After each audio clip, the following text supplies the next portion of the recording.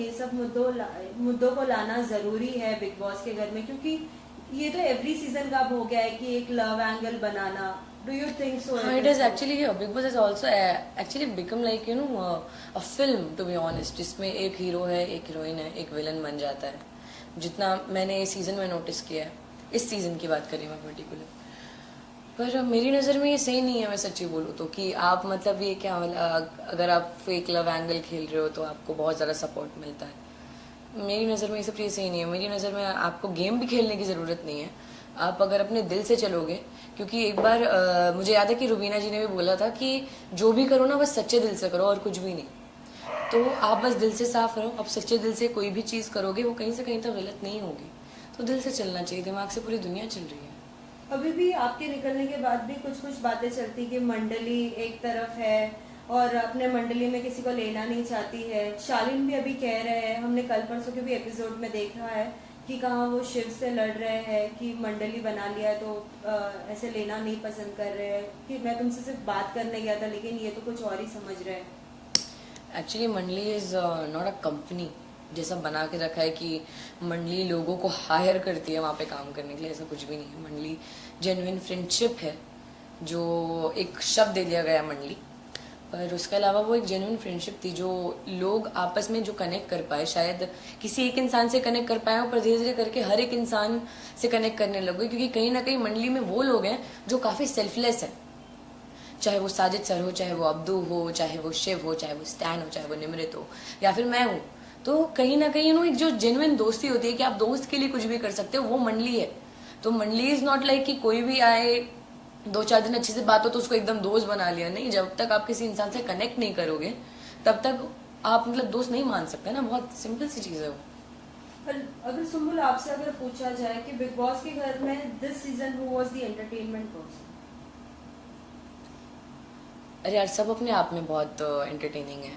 सच्ची बोलो तो मतलब अर्चना बहुत एंटरटेनिंग है, और शालीन भी है कहीं ना कहीं बहुत. उन्होंने भी एंटरटेन किया होगा, क्योंकि हमने जो एक न्यू ईयर पे वो एक एक वीडियो देखा था, तो he is a funny guy I think. तो लोगों ने पसंद किया होगा. एंटरटेनिंग वो भी है. उसके साथ साथ स्टैन बहुत एंटरटेनिंग है, शिव भी बहुत एंटरटेनिंग है, साजिद सर बहुत एंटरटेनिंग थे. तो ऐसा कौन है जो एंटरटेनिंग नहीं है? सब एंटरटेनिंग है कहीं ना कहीं. तो Who was the like just we say जोड़ी बोलते हैं ना, जोड़ी बनती है हर बार बिग बॉस के घर में. हम देखते हैं कब किसी ना किसी की जोड़ी बनती है. जैसे हमने पहले देखा था सिडनाज जो बहुत ट्रेंड कर रहे थे. ऐसे इस सीजन अगर आपको अगर कोई लगा हो? आई थिंक स्टैन और शिव सबसे माशाल्लाह सबसे प्यारी जोड़ी रही है वो. बिकॉज जब साजिद सर चले भी गए और हम लोग भी थे, इनफैक्ट मैं अभी के भी एपिसोड देखूँ, उनको जो दोस्ती का अवार्ड दिया गया and everything. So I think कि वो एक जोड़ी है, वो सबसे माशाल्लाह सबसे कमाल की जोड़ी है. वो एक जोड़ी, और एक साजिद एंड अब्दू, सजदू. ऐसा कोई एक व्यक्ति जो हमेशा हर किसी की फ्रेंडशिप तोड़ना पसंद करता है जोड़ने से ज्यादा, और खुद को ज्यादा हाईलाइट करने की कोशिश करता है? You mean the self centred person? Tina. Tina, why do you think so like that? Because I think she is very self centred. She wants कि हर एक चीज़ उनके इर्द गिर्द हो, जिसके लिए उनको एक बड़ी ही रानी के सिंहासन पे बैठाया गया था. विच इज़ एक्चुअली राइट कि उनके थोड़े रानियों वाले एकदम नखरे मुझे लगते हैं. इट्स नॉट दैट कि मुझे कुछ पर्सनल प्रॉब्लम है उनसे, नहीं, because for me show is ended. पर अभी जो आपने मुझे कारण दिया उसके हिसाब से और कोई है नहीं घर के अंदर. मैं ये उन पर इल्ज़ाम नहीं लगाऊंगी कि वो दोस्ती तोड़ती हैं बनाने से ज़्यादा, पर कहीं ना कहीं वो सेल्फ सेंटर्ड मुझे बहुत लगी.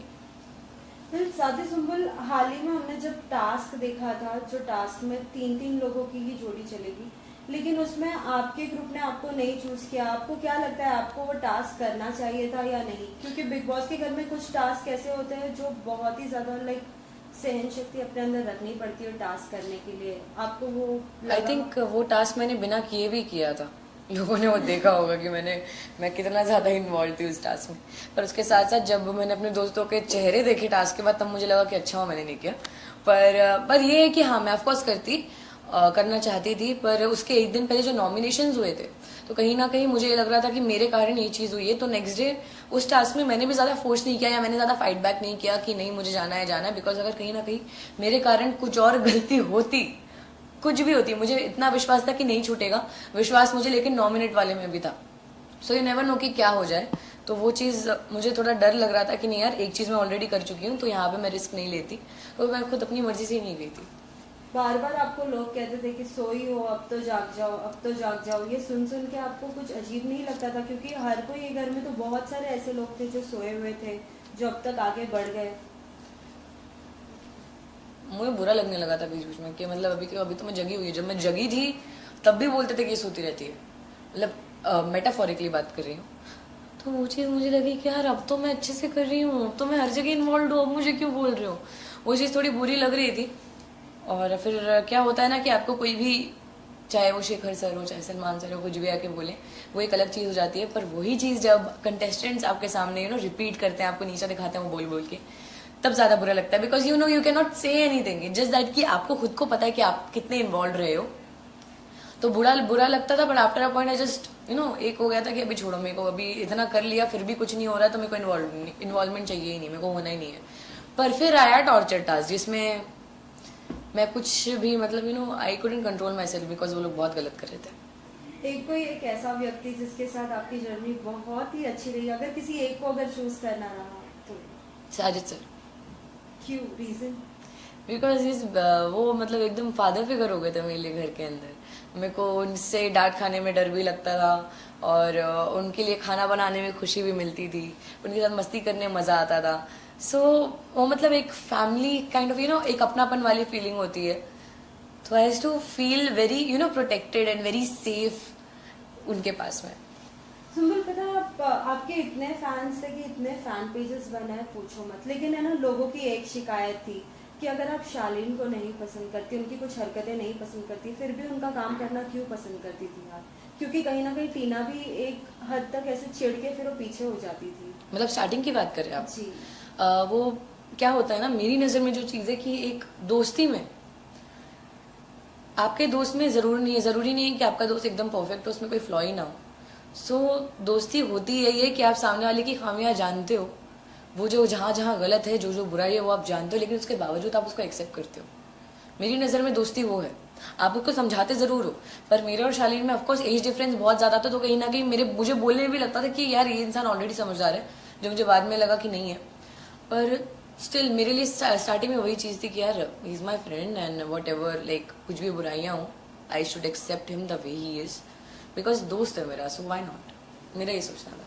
पापा की बातें कितनी इंपॉर्टेंट लगी, क्योंकि कहीं ना कहीं निमृत को भी हमने देखा था, उनके पापा ने भी उनको कुछ सुझाव दिए थे, लेकिन उनके लिए वो सुझाव इम्पोर्टेंट नहीं थे। लेकिन आपके पापा का एक टाइम हमने ऐसे भी सुना कि उन्होंने बोला था सुंबुल को वोट ना करो, लेकिन आपके परफॉर्मेंस में कुछ चेंजेस आए, राइट? आई थिंक कि निमृत के लिए ऐसा नहीं मैं बोल सकती, क्योंकि वो ऑफकोर्स कि इम्पोर्टेंट नहीं थे, उनके पापा ने जो बोला। पर एक चीज़ हो जाती है जो शायद मैंने भी सेकेंड वीक में की थी, कि हमें कहीं ना कहीं ये लगता है ना कि हम वो ज़िंदगी जी रहे हैं, बाकी लोग वो ज़िंदगी देख रहे हैं, तो हम क्या चीज़ फील कर रहे हैं वो हम जानते हैं। उस चीज़ में हम गलत हैं, वो मैं भी मानती हूँ, एंड आई गेस वो निमृत भी मान रही होगी। पर उसके साथ साथ वही एक जो फीलिंग होती है ना कि मैं ये चीज़ देख रही हूँ, मैं पूरा ज़िंदगी जी रही हूँ, और मैं अभी तक अपने हिसाब से करते आई हूँ सब चीज़। तो थोड़ा वक्त लगता है हर एक चीज़ को एक्सेप्ट करने में, क्योंकि मैंने भी एक्सेप्ट नहीं किया था जब पापा ने सेकंड वीक में आके मुझे बताया था, जबकि मुझे लगा था कि टीना शाली मेरी सबसे अच्छी दोस्त है। पर यार वही चीज़ गलत हो गई। पर बाद में जब वो कन्फेशन रूम वाली चीज़ हुई, तब साजिद सर ने मेरा बहुत साथ दिया, क्योंकि मैं वो इंसान नहीं हूँ कि मैं एकदम रूडली मुंह पे बोल दूँ कि जाओ मुझे बात ही नहीं करनी है, ऐसा मुझसे वो होगा ही नहीं। पर फिर भी कहीं ना कहीं मुझे थोड़ा स्ट्रिक्ट बनना पड़ा, जिसमें साजिद सर ने मेरा बहुत साथ दिया। कल जब आपके पापा से भी बात हुई थी, उन्होंने कहा था कि सुंबुल को इसलिए मैंने भेजा है कि कुछ थोड़ा इंडिपेंडेंट रहे, कुछ नया सीखने मिले। आपसे जानना चाहेंगे, बिग बॉस के घर में जाने के बाद क्या कुछ बदलाव आपके अंदर आए हैं और क्या कुछ आपने सीखा है इतने कम उम्र में? आई थिंक मेरे पेशेंस लेवल और हाई हो गए, और अब अगर मुझे कोई भी मेरे बारे में बुराई करना चाहता है, कुछ भी बोलता है, कुछ भी बोलना चाहे, तो मुझे बिल्कुल फ़र्क नहीं पड़ेगा। अंदर से मैं बहुत सुन के आई हूँ, जितना नहीं सुनना चाहिए था वो भी सुन के आई हूँ। सो या मुझे नहीं लगता कि अब मुझे उन चीज़ों से फ़र्क पड़ेगा, बिकॉज एक सहन शक्ति और बढ़ गई है, पहले भी थी अभी और ज़्यादा बढ़ गई है। उसके साथ साथ I am gonna be a little more reserve now, क्योंकि मैं हर एक इंसान के साथ बहुत पोलाइट रही हूँ हमेशा से, मस्ती करना ये सब। पर ज़रूरी नहीं है कि हर एक इंसान को मस्ती समझ में आए, क्योंकि वो कई बार गलत तरीके से भी समझा गया है। तो या अब किसके साथ फ्रेंडशिप नहीं रखना पसंद करेंगे और रखना पसंद करेंगी? After all like big boss के विजेता के बाद तो आप सभी एक साथ मिलेंगे, तो आई थिंक एक्सेप्ट फॉर टीना शालीन सबके साथ मैं दोस्ती रखना चाहूँगी। अगर फिर भी अगर वो सामने से दोस्ती का हाथ बढ़ाते हैं तो आप पसंद करेंगे? नहीं, मुझे नहीं लगता वो लोग बढ़ाएंगे, पर अगर बढ़ाए तो भी नहीं, सॉरी।